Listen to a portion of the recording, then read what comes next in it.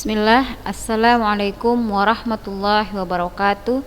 Alhamdulillahirabbil alamin. Segala puji bagi Allah yang telah memberikan kita nikmat pada pagi menjelang siang ini kita bisa dipertemukan kembali dalam kegiatan pembelajaran daring. Selawat berangkaikan salam senantiasa kita junjungkan ke Nabi kita, Nabi besar Muhammad sallallahu alaihi wasallam, di mana kita selalu mengharapkan syafaat dari beliau. Ananda semua yang ustazah cintai karena Allah, insya Allah, apa kabarnya? Mudah-mudahan sehat ya. Dan ustazah juga alhamdulillah dalam keadaan sehat walafiat. Dan ustazah selalu berdoa mudah-mudahan kita nanti Allah pertemukan kembali di sekolah yang kita cintai ini, kita bisa kembali bertatap muka dalam kegiatan belajar mengajar seperti sedia kala. Allahumma amin. Nah, anak-anak ustazah, di beberapa minggu lalu kita sudah mulai membahas tentang hidrokarbon, tata nama senyawa alkana, alkena, alkuna. Insya Allah dari hasil-hasil yang ustazah perhatikan, anda semuanya alhamdulillah sudah bisa ya memberi nama untuk alkana, alkena ataupun alkuna ya. Nah jadi intinya pemberian nama itu ya, baik alkana, alkena maupun alkuna itu semuanya adalah hampir mirip-mirip gitu ya. Nah, jadi kalau anak-anak ustazah semua mau ustazah jawab apa nih ustazah nama yang betulnya gitu kan. Nah, ini biar sama-sama tahu apa yang betul nama dari soal kita yang kemarin itu. Ada dua kemarin ustazah kasihkan. Yang pertama adalah ini dia, CH3, CH, CH3, CH2, CH, CH3, C, CH3, CH3, CH2, CH3 gitu kan. Nah ini dia. Jadi tetap pertama tentukanlah dia rantai atom C terpanjangnya. Kalau cara gampangnya sih biasanya kita ambil yang lurus saja. Ini kebetulan yang lurus lah dia yang panjangnya 1, 2, 3, 4, 5, 6, 7. Ini tunggal sehingga ini adalah alkana ya. Dari mana atom C yang paling banyak? Dari mana dia penamaan kita? Dari kiri atau dari kanan kah? Dari mana kita menamainya? Dari mana? Dari kiri, dari kanan? Dari kiri dapat nomor 2, dari kanan dapat nomor 3, ya kan? Ini 1, 2, 3, 4, 5, 6, 7. Ada 7. Ada 1, 2, 3, 4. Ada 4 metilnya. Di nomor berapa saja? 2, 4, 5,5 tetrametil. Gitu kan? Tetrametil. 7 apa? 7 heptana. Kenapa heptana? Karena dia adalah gugus alkana. Bagus. Yang B-nya itu adalah gugus. Gugus itu maksudnya adalah ya alkana. Alkana dia menunjukkan bahwa rantainya tunggal gitu loh. Itu maksudnya gugus. Kalau dia rangkap 2 berarti dia gugus alkena gitu maksudnya ya. Itu maksud gugus ya. Ada pertanyaan dari Sofi kemarin. Lalu yang kedua CH3, CH3, lalu rangkap 2 CH, CH ya. Lalu CH, CH3, CH3. Oke. Apa namanya ini? Tetap kita membuat prioritasnya adalah si rangkap atau gugus alkena. Ini dia gugus alkena maksudnya ya. Ini nomor 1, 2, 3, 4, 5. Ada 2 cabangnya, yaitu si metil. Di nomor berapa? Di nomor 2,4. Dimetil. Terus nomor berapakah gugus alkenanya? Di nomor 2. Nomor 2, 5 berarti pentena gitu ya. Masya Allah, barakallah. Nah, jadi bagus semuanya. Nah, sekarang kita lanjutkan kembali materi kita anak-anak ustazah ya. Baik.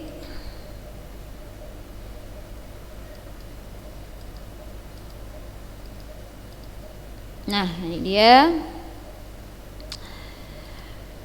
Kalau tata namanya insyaallah ustazah anggap bisa ya. Jadi sekarang kita masuk ke isomer, sifat, pembuatan dan juga kegunaan. Ini kita bahas yang penting-pentingnya ya, secara umum saja. Isomer, apa sih itu isomer? Nah, isomer itu ada berbagai jenis-jenisnya ya. Isomer itu yang pertama untuk alkana. Alkana memiliki isomer namanya isomer kerangka. Apa itu isomer? Isomer kerangka, ini nanti pengertian isomernya kita bisa mengambil dari jenis-jenisnya ya. Jadi nanti anti bisa menyimpulkan sendiri. Isomer kerangka itu adalah senyawa yang mempunyai rumus molekulnya sama tapi kerangka rantai karbonnya berbeda. Rumus molekulnya sama tapi kerangka rantai molekulnya berbeda. Contohnya, perhatikan ini, ada 3 bentuk, 1, 2, 3. Perhatikan, kalau kita hitung ini semua ada berapa C-nya? 1, 2, 3, 4, 5. C 5, ya kan? C-nya 5 kan? Ada berapa H-nya? 3 tambah 3, 6. Tambah 2, 8. Tambah 2, 10. Tambah 2, 14. Berarti ini C5H, C5H14. C5H14. Sudah? Ini hitung ada berapa C-nya? 1, 2, 3, 4, 5 juga. Hanya ada berapa? 3, 3, 3, 9 tambah 1, 10, 11, 12. Tunggu, ini hitung lagi nih. 3 tambah 3, 6 tambah 2, 8, 10. Ini 12 ya, berarti C5H12 ya. C5H12. Ini juga C5H12. Ini juga C5H12. C5H12 sama-sama C-nya 5, H-nya 12 ya. Ini semua sama-sama C-nya 5H12. Artinya rumus molekulnya sama, yaitu C5H12. Tapi bentuknya, strukturnya bisa berbeda-beda. Ini dia lurus N-pentana atau normal pentana. C5H12 itu juga bisa bentuknya seperti ini, ya kan? Sehingga berbeda bentuknya, beda juga namanya, ya kan? Nah, ini jadi bisa kita bentuk menjadi ada satu cabangnya, 2 metil butana, gitu kan? Lalu ada bisa juga dibuat seperti ini bentuknya, 2,2 dimetil propana. Nah, jadi berarti C5H12 memiliki 3 isomer kerangka, gitulah dia namanya. Ada 3 isomer kerangkanya, gitu ya, yaitu N-pentana, lalu 2 metil butana dan 2,2 dimetil propana. Jadi kayak mana Ustazah cara menentukan isomer kerangka ini? Nah, contoh Ustazah buat seperti ini. Misalnya ada dibuatnya di dalam soal, tentukanlah isomer dari C6 H berapa tuh? 2 kali 12 tambah 2 berarti 14 ya, kalau alkana ya. Nah, tentukan berapa banyak isomer kerangkanya. Kalau kita mau mencari berapa banyak isomer kerangkanya, pertama-tama kita buat dulu lurus saja semuanya sampai C-nya 6. 1, 2, 3, 4, 5, 6. Sudah, ujung-ujung itu CH3. Yang di sini semuanya CH2. Pas, itu sudah pas itu. C6H H14. Nah, ini masih 1. Cari lagi. Dengan cara apa? Dengan cara taruh 1 cabang. Berarti ini rantai lurusnya menjadi berkurang, berarti 5. Buat dulu 5. 1 2 3 4 5, 2 4 5. Sudah? Baru buat cabang di sini 1. Sini 1. Jadi 6 kan? 6 C semua kan? Yang ada di ujung-ujung ini semuanya hanya pasti 3. 3. Di sini 3. Di sini 2, di sini 2. Ini menjadi 1. Kenapa? Karena udah 3 nih. Dah, ada 2 nih udah isomer kerangkanya. Udah gitu. Kalau sudah di sini sekarang pindahkan ke sini. Pindahkan ke sini dia. Ini kan kalau begini posisinya metilnya di nomor 2. Sekarang kita pengen metilnya di nomor 3. Berarti buat dulu 5 lagi tetap. 1, 2, 3, 4, 5. Sudah? Taruh di sini C1. Sudah? CH3, CH3, CH3. Di sini CH2, ini CH saja, ini CH2. Ini juga isomernya, ini isomer kerangkanya. Sudah? Kayak mana lagi? Kalau tarik di sini tidak ada gunanya. Kenapa? Karena akan sama dengan ini nanti. Karena kita menomorinya adalah dari yang paling dekat, ya. Jadi maksud Ustazah berarti satu lagi pindahkanlah CH-nya itu ke yang bagian sini gitu. Enggak ya. Kalau anti pindahkan ke sini pun itu namanya pasti sama nanti dengan yang ini. Kayak mana lagi? Apakah ada lagi isomernya? Ada. Sekarang masih 1 cabang. Sekarang buat 2 cabang. Kalau ada 2 cabang berarti induknya ada 4. Karena C kita hanya ada 6. 1, 2, 3, 4. Dah. Ada 2 cabang ya. Boleh di sini 1, di sini 1. Nih, CH3. Di sini CH3, di sini CH3, di sini CH3, di sini CH, di sini CH. 2, ini sudah lebih ya. Oke, dah. Nih, ini isomernya juga, isomer kerangkanya. Apakah masih ada lagi bentuk lain? Ya masih, ada satu lagi. Perhatikan. 4. 1, 2, 3, 4. Sudah? Cabangnya ada 2 pada nomor yang sama. Boleh ini C, di sini CH3, CH3, di sini CH3, di sini CH3, di sini CH2, di sini C saja. Nah, jadi cara kita menentukan apakah masih ada lagi selain ini? Tidak ada lagi. Soalnya kalau mau kita buat cabangnya di sini ini posisinya cabang 2-nya di sini, di nomor ini, itu nanti tetap kita penomorannya jadi dari sini kan. Jadi tetap di nomor 2 karena dari sini pun jadi nomor 2 dia gitu. Atau saja tambah satu lagi cabangnya gitu kan. Kalau kita tambah cabangnya satu lagi, misalnya ini jadi di sini C3, ini bukan cabang namanya. Tetap kita ngitungnya 1, 2, 3, 4 gitu ya. Bukan cabang. Nah, jadi berarti isomer kerangka dari C6H14 ada 1, 2, 3, 4, 5. Ada 5. Apa saja itu? Nah, inilah kasih nama. Jadi cara kita mengetahui apakah isomernya pas seperti itu, yaitu setelah dibuat kerangka yang seperti ini semua, buat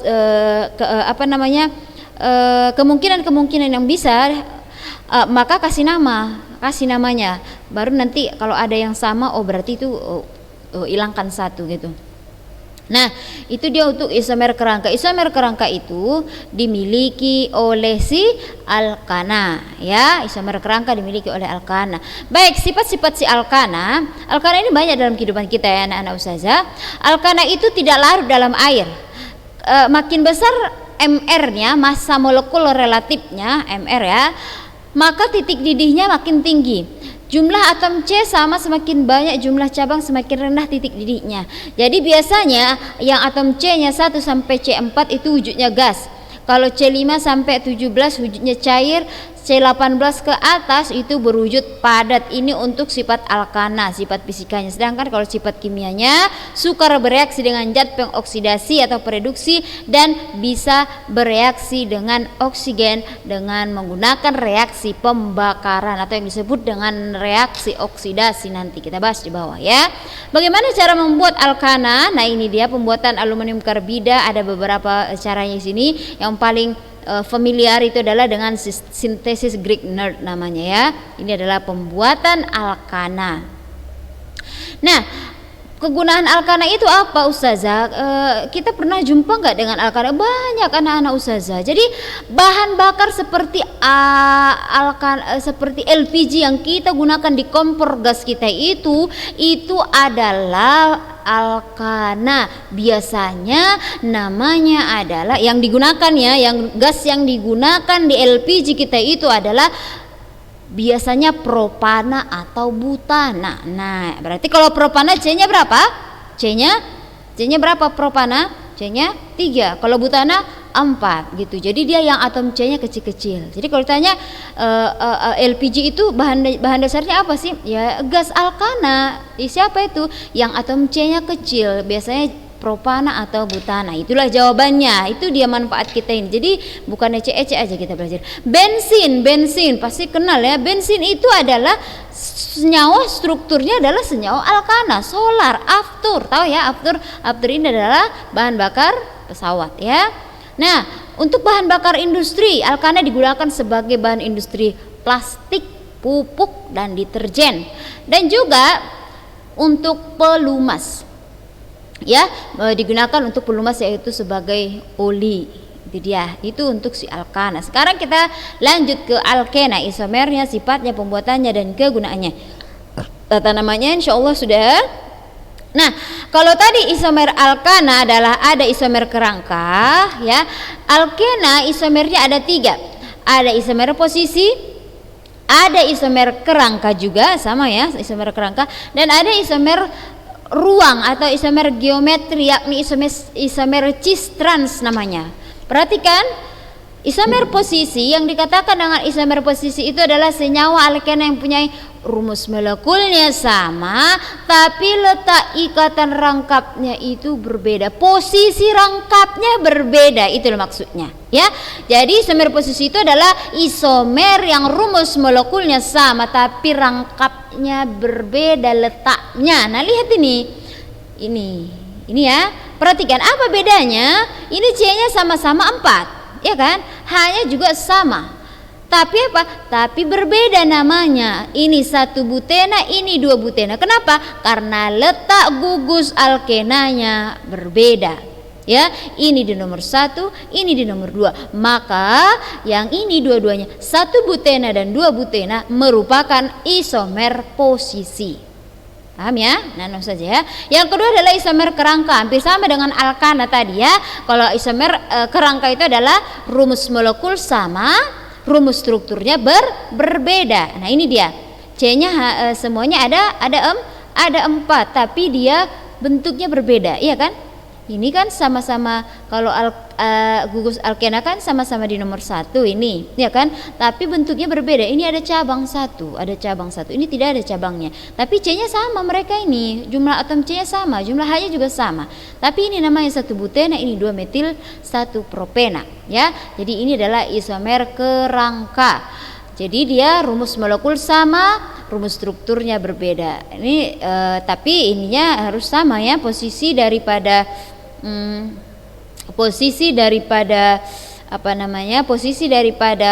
gugusnya harus sama, baru dikatakan isomer kerangka. Tapi kalau posisinya sudah berbeda, ini di nomor 1 sedangkan ini nomor 2, ya sudah bukan isomer kerangka lagi namanya, sudah jadi isomer posisi dia. Apalagi kalau berbeda pula dia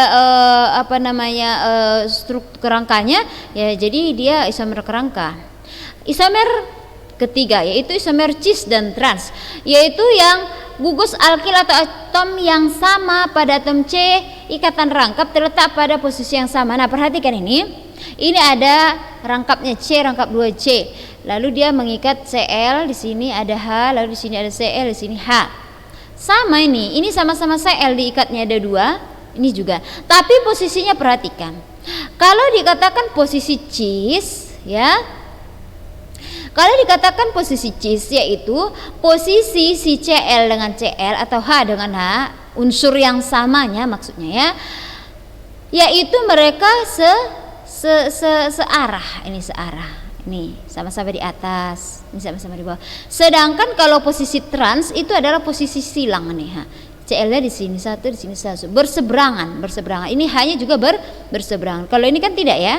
Nah, posisi mereka sama nih. Ini namanya posisi cis, sedangkan kalau berseberangan ini namanya posisi trans. Geometri posisi isomer cis trans ini dimiliki oleh si isomer alkena. Jadi saya ingatkan kembali tadi si alkana itu memiliki isomer kerangka ya. Kalau alkena memiliki isomer posisi, isomer kerangka dan isomer cis dan trans. Bagaimana sifat-sifat daripada si alkena? Hampir sama dengan alkana, dia tidak larut di dalam air. Si alkana tadi apakah dia larut di dalam air? Ya, sama, tidak larut di dalam air karena secara umum senyawa hidrokarbon itu tidak larut di dalam air, ya. Dan sama sifatnya juga, semakin besar MR-nya, titik lele dan titik didihnya akan semakin tinggi. Sama. Pada suhu kamar, 3 suku pertama alkena C2 sampai C4 itu wujudnya gas. Kalau makin banyak makin cair, makin tinggi lagi wujudnya makin padat. Jadi dia kesimpulannya semakin banyak C-nya, semakin banyak atom C-nya, maka wujudnya akan semakin padat. Bagaimana sifat kimianya? Adapun sifat kimianya adalah dia dapat bereaksi dengan oksigen, lebih reaktif daripada alkana. Kenapa dia lebih reaktif daripada alkana? Karena dia memiliki ikatan rangkap dan juga dapat mengalami reaksi polimerisasi. Apa pula ini Ustazah? Ini nanti kita bahas di kelas 12. Dan dapat dioksidasi dengan KMNO4 menghasilkan senyawa glikol. Bagaimana pembuatan alkena? Nah, ini ada beberapa pembuatan alkena ya. Yang paling banyak digunakan adalah eliminasi dan juga pemanasan dengan alkohol ya. Baik, kita lanjutkan. Alkena itu digunakan untuk apa Ustazah? Kalau tadi alkana banyak digunakan untuk bahan bakar gitu kan, yang di LPG. Nah, alkena juga banyak, ini banyak sekali dalam kehidupan kita. Bahan polimer ya, bahan polimer. Polimer itu apa Ustazah? Ntar nanti di bawah kita lihat. Dan juga etilen glikol untuk menurunkan titik didih dari radiator kendaraan dan bahan baku pembuatan kain tetron. Kain tetron ya. Ini dia contohnya polimer. PVC, polivinil klorida. Pipa PVC kenal ya anak-anak Ustazah ya. Nah, pipa PVC itu ya rumus monomernya ini pakai ikatan rangkap 2 nih. Nih. Atau CFC.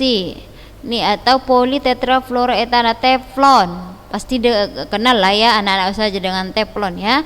Teflon itu biasanya menggunakan pelapis anti lengket dan pengganti logam pada alat listrik, digunakan di mana ada rice cooker kita kan.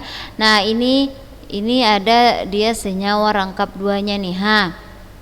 Makanya dia itu tidak boleh kita kita korek-korek sampai dia pemanasan terlalu tinggi. Kalau kita nanti membersihkannya dengan menggunakan yang besi-besi itu, dia bisa menjadi terkope. Itu ikatan rangkapnya menjadi rusak, itu yang berbahaya bagi kesehatan.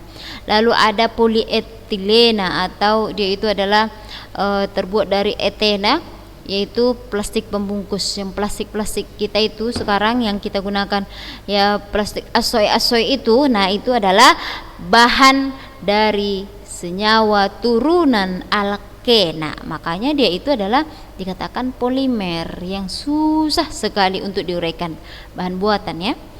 Sekarang alkuna memiliki isomer juga ya.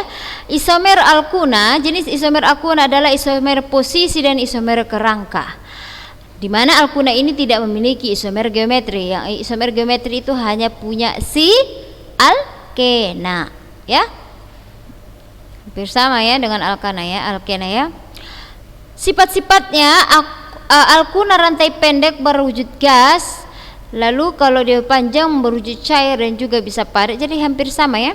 Titik didih alkuna lebih tinggi daripada alkena dengan jumlah atom karbon sama, dan dia bisa mengalami reaksi pemutusan ikatan rangkap. Inilah dikatakan dengan reaksi adisi yang akan kita bahas berikutnya. Nah, pembuatan alkuna itu dibuat dengan menggunakan campuran haloalkana dengan KOH. Apa itu haloalkana? Ini juga sebenarnya pembahasan kita di kelas 12, yaitu senyawa hidrokarbon yang memiliki gugus fungsi golongan 7A ya. Nah, berikutnya kegunaan si alkuna. Apa kegunaan alkuna? Kalau tadi alkena kita sudah tahu banyak kegunaannya. Alkuna misalnya gas etuna itu banyak digunakan untuk bahan bakar pada proses pengelasan ya. pematangan buah, yaitu asetilena namanya. Pasti Anda semua pernah mendengar karbit ya. Buah apalagi di kota-kota ini seperti kota Medan itu rata-rata matangnya tidak matang asli dari pohon, tapi dari pohon diambilnya setengah matang atau masih hijau gitu kan, lalu dimatangkan dengan menggunakan karbit, ya kan, dimatangkan menggunakan karbit. Nah, karbit itu adalah gas etuna, ya, gas etuna. Dia itu ada gugus rangkap tiganya. Reaksi-reaksinya bagaimana? Sekarang kita lihat reaksi-reaksi pada senyawa hidrokarbon. Ada 4: adisi, eliminasi, substitusi, dan oksidasi. Kalau dikatakan adisi adalah pembukaan ikatan rangkap karena pengikatan atom lain, pembukaan ikatan rangkap. Kalau adisi pembukaan ikatan rangkap, kalau eliminasi adalah pembentukan ikatan rangkap. Nah, perhatikan sini. Contohnya adalah ini. Awalnya di sini ada rangkapnya, ya kan? Ada rangkapnya. Tapi di sini, loh, kok hilang rangkapnya? Gitu. Itu dia salah satu cara kita melihat reaksi itu termasuk reaksi apa. Awalnya sebelum bereaksi ada ikatan rangkap, setelah bereaksi gak ada rangkap. Berarti itu termasuk ikatan reaksi adisi. Sedangkan kalau reaksi eliminasi kebalikannya, ya. Awalnya di sini ada rangkap, tidak ya? Lalu di hasil akhirnya ada ikatan rangkap. Itulah dia namakan eliminasi. Nah, reaksi substitusi adalah penggantian. Substitusi itu artinya diganti. Ada yang diganti-ganti. Reaksi penggantian atom atau gugus atom yang diikat. Contohnya nih, di sini ada CH4 tambah Cl2. Setelah di sini Cl ini diikat oleh si CH, ya kan? Jadi CH3Cl. Cl ini kan ada 2 nih. Cl ini ada 2. Jadi dia berpisahlah, dia satu diikat oleh si CH3, H yang dilepaskan oleh si CH4 diikat oleh si Cl, sehingga terbentuklah ini pergantian. Lalu reaksi oksidasi, yaitu merupakan reaksi senyawa karbon dengan oksigen, merupakan reaksi pembakaran. Jadi anak-anak ustazah, kalau dikatakan reaksi pembakaran, ya, reaksi pembakaran itu adalah reaksi pembakaran pada hidrokarbon, ya. Kalau reaksi pembakaran hidrokarbon itu pasti menghasilkan karbon dioksida dan air. Ada dia 2 jenis pembakaran, yaitu reaksi pembakaran sempurna dan pembakaran tidak sempurna. Jadi kalau dikatakan reaksi pembakaran itu reaksi oksidasi itu. Kalau antum sekalian membakar kertas itu berasal dari senyawa hidrokarbon. Iya, nanti kita lihat. Ya, kita membakar kertas. Itu pembakarannya pembakaran sempurna atau tidak sempurna? Nah, perhatikan, kalau pembakaran sempurna dia akan menghasilkan gas CO2 dan H2O. Ingat ini, plus energi. Kalau tidak sempurna kayak mana? CO tambah H2O. Makanya pembakaran tidak sempurna itu jauh lebih berbahaya daripada pembakaran sempurna. Ya, kenapa? Karena gas yang dihasilkan pada pembakaran tidak sempurna adalah gas CO, yaitu gas yang sangat berbahaya bagi tubuh kita. Ya, apa sih, ada nggak sih kegunaan senyawa hidrokarbon? Nah, banyak. Tadi kan sudah ada sedikit kita singgung kegunaan senyawa hidrokarbon itu, ya. Di bidang pangan, semua yang kita makan itu anak-anak ustazah yang berasal dari karbohidrat, protein, lemak, itu semuanya mengandung hidrokarbon nih. Nasi, mie, roti, jagung, kentang dan sebagainya. Ini semua penyusun dasarnya adalah senyawa hidrokarbon. Makanya hidrokarbon ini adalah sangat dibilangnya, ya, sangat dekat dengan diri kita, ya. Bahkan diri kita ini semuanya adalah disusun oleh senyawa hidrokarbon. Ada alkana, alkena ataupun alkuna. Protein yang kita makan, baik nabati maupun hewani, kacang-kacangan, ada daging, ada sayur, pisang, kangkung, apa, ada segala macam, itu semuanya penyusunnya hidrokarbon. Baik juga lemak, ya.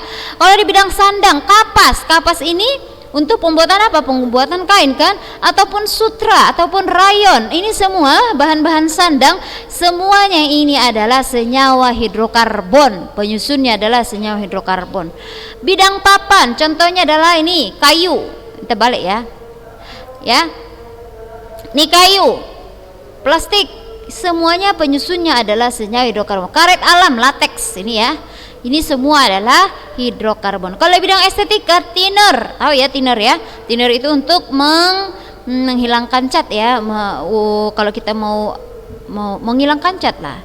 Lilin, nih lilin, bahan lilin ini dari mana? Ini merupakan senyawa hidrokarbon. Jadi banyak sekali ya dalam kehidupan sehari-hari kita, di dekat kita, bahkan dalam diri kita, itu penyusunnya adalah senyawa hidrokarbon. Jadi sangat besar sekali manfaatnya kita mempelajari pelajaran kita kali ini. Nah, begitu anak-anak ustazah, tidak ada tugas untuk hari ini. Yang jelas belajar terus, jangan lelah untuk belajar. Minggu depan kita akan mempelajari langsung. Ustazah udah nggak sabar, kita mau ngitung-ngitung gitu kan. Kita itu minggu depan membahas tentang termokimia. Jadi ini dia. Jadi anak-anak ustazah boleh dibaca-baca ini di termokimia kita ngapain ya. Demikian kita tutup dengan doa kafaratul majlis. Subhanakallahumma wa bihamdik asyhadu an la ilaha illa anta astaghfiruka wa atubu ilaik. Assalamualaikum warahmatullahi wabarakatuh.